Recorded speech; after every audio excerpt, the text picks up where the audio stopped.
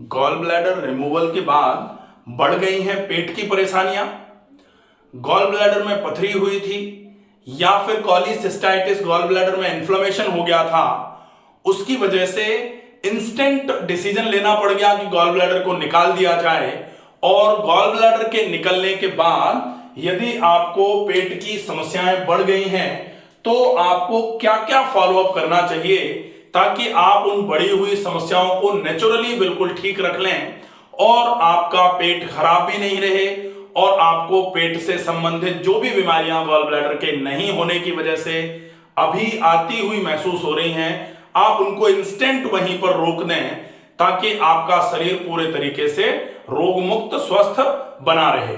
इस वीडियो को अंत तक जरूर देखें। अगर आपने चैनल को अभी तक सब्सक्राइब नहीं किया है तो प्लीज इस चैनल को सब्सक्राइब कर लीजिए ताकि आपके स्वास्थ्य को पूरे तरीके से प्राकृतिक तरीके से स्वस्थ रखने की जिम्मेदारी जो हमने ली है उसमें हम आपकी मदद कर पाए। समय समय पर लगभग हर टॉपिक पर वीडियोस बनते रहते हैं, आप तक पहुंचते रहेंगे।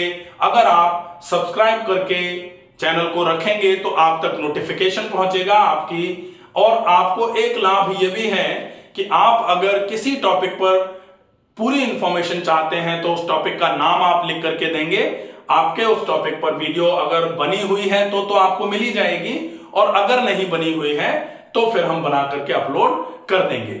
हम देखेंगे गॉल ब्लैडर। गॉल ब्लैडर मतलब ये इस तरीके से लिवर रहता है, ठीक है, और यहां इस तरीके से रहता है गॉल ब्लैडर।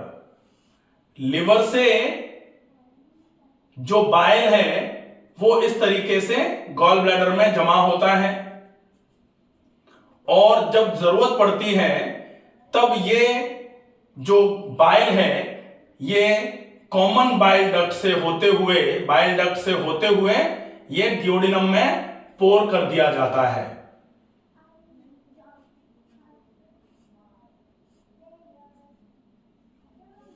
यहां से आ रही है पैंक्रियाटिक डक्ट,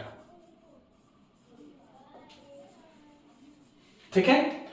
अब जब गॉल ब्लैडर में इंफेक्शन हो जाता है या फिर गॉल ब्लैडर में पथरी हो जाती है तो ये पथरी जब निकल नहीं पाती तो फिर गॉल ब्लैडर को यहां से काट करके निकाल लिया जाता है और फिर ये बाइल सीधा सीधा यहां से डियोडिनम में जाना चालू हो जाता है। अब बाइल की डियोडिनम में आवश्यकता नहीं है, ऐसे केस में बाइल डियोडिनम पे जा रहा है तो फिर क्या होगा, बाइल की आवश्यकता तो थी ही नहीं, लेकिन बाइल पहुंच गया डियोडिनम में तो फिर क्या होगा, ये डियोडिनम पर इरोजन के इफेक्ट लेके आना चालू करेगा या फिर बाइल रिफ्लक्स अगर हुआ ऊपर की तरफ डियोडिनम से तो ये अमाशय की तरफ चल के ये गैस्ट्राइटिस का कारण भी बन जाता है कभी कभी।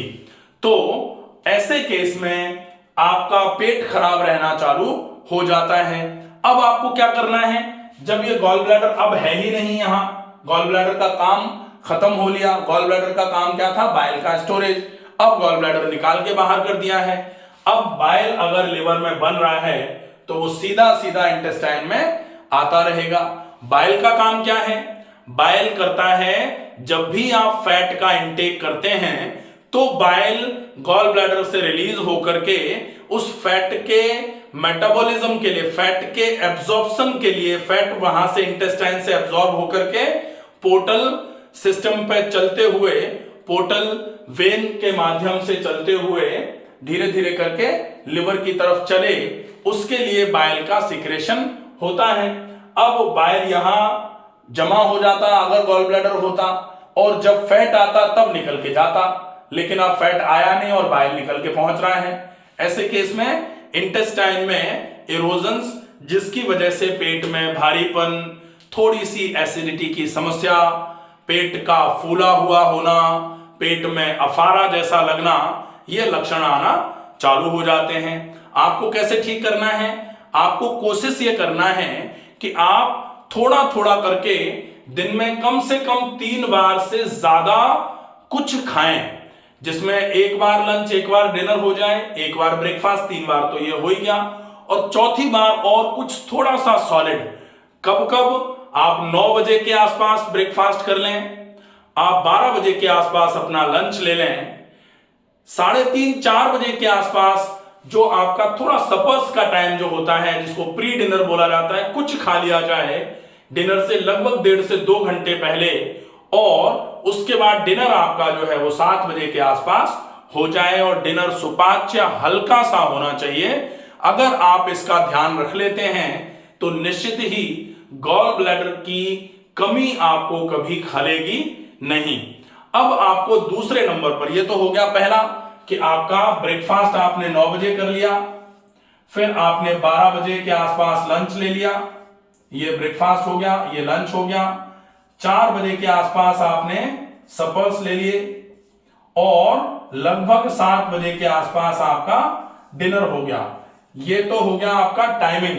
अगर आप इस टाइमिंग को फॉलो कर लेते हैं तो आपकी एसिडिटी या पेट की समस्या गॉल ब्लैडर की वजह से जो हो रही है वो नहीं होगी। अब दूसरा जो ट्रीटमेंट है वो है, आप भोजन में बिल्कुल सुपाच्य भोजन का उपयोग करिए, क्योंकि अगर आप थोड़ा सा भी भारी खाना ले लेंगे तो भारी खाने के चक्कर में आपने जैसे फैट एक साथ ले लिया तो एक साथ बाइल जो यहां जमा था ज्यादा मात्रा में निकल के आ जाता था और फैट को बचाने का काम कर लेता था।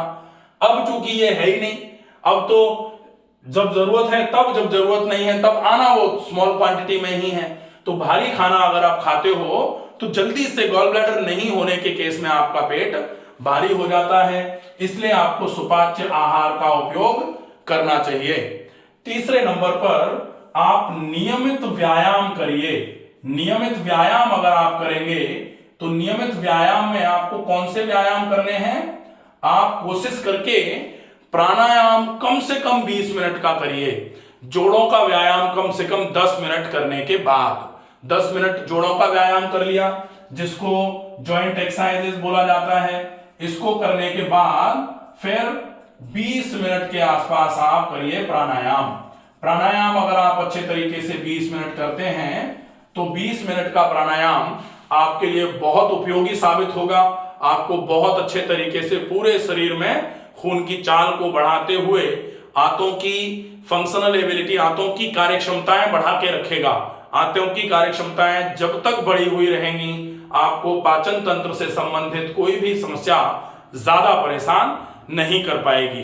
तो विशेष ध्यान रखना है, एक तो खाने के टाइमिंग का, दूसरा सुपाच्य भोजन लिया जाए जल्दी पच जाने वाला, तीसरा नियमित व्यायाम किया जाए, नियमित व्यायाम का ध्यान जरूर रखा जाए, और चौथा आप थोड़ा थोड़ा करके पानी का intake, more intake of water, आप पानी का इंटेक कम से कम 2.5 से 3 लीटर के आसपास बना के रखिए। यह आपके लिए बहुत उपयोगी साबित होगी।